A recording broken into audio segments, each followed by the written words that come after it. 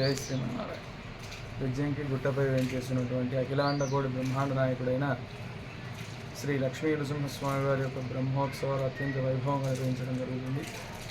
ఈరోజు స్వామివారి గరుడ వాహన సేవ ఆరంభమైంది. అయితే ఏకాదశి రోజు స్వామివారి కళ్యాణం, తెల్లవారు నుండి మనకు అశ్వవాహనము, సింహవాహనము, గరుడ వాహన సేవలు ఉంటాయి. అయితే భగవంతుడికి మనకు ఆలయంలో ఏ ఆలయంలోనైనా షడ్బేరాలు ఉంటాయి. షడ్బేరం అంటే ధ్రువబేరము, శయనబేరము, స్నపన బేరము, ఉత్సవ బేరము, ఇలా 6 బేరాలు ఉంటాయి. అందులో భాగంగా ధ్రువబేరం అంటే మూలస్వామి. మనకు నరసింహస్వామి అంటే కృతోభూ నారసింహచ్చ త్రేతాయాం రఘునందన ద్వాపరే వాసుదేవచ్చ కలౌ వెంకటనాయక అన్నారు. అంటే స్వయంభూగా భక్తుల గురించి ఉద్భవించినటువంటి అవతారము లక్ష్మీ నారసింహస్వామి వారి యొక్క అవతారం. కాబట్టి మన బెజ్జంకి గుట్టపైన కూడా స్వయంభూగా వెలిసిన స్వామి ఉన్నారు. ఆ లోపల ఉన్నటువంటి స్వామిని ధ్రువబేరం అంటారు.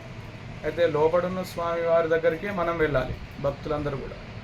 అయితే మన దగ్గరికి స్వామివారి వచ్చి ఎవరైనా భక్తులు అక్కడికి వెళ్ళలేని వాళ్ళు ఉన్నా కూడా భక్తులను అనుగ్రహించడానికి భగవంతుడు వాహనాల రూపంలో బయటకు వచ్చి ఊర్లో అంతా కూడా విహారం చేస్తారు. మనకు ఆశీర్వచనం చేయడానికి, భక్తులను అనుగ్రహించడానికి మాత్రమే ఈ వాహనాలపైన భగవంతుడు వస్తూ ఉంటారు పురవీధుల్లో.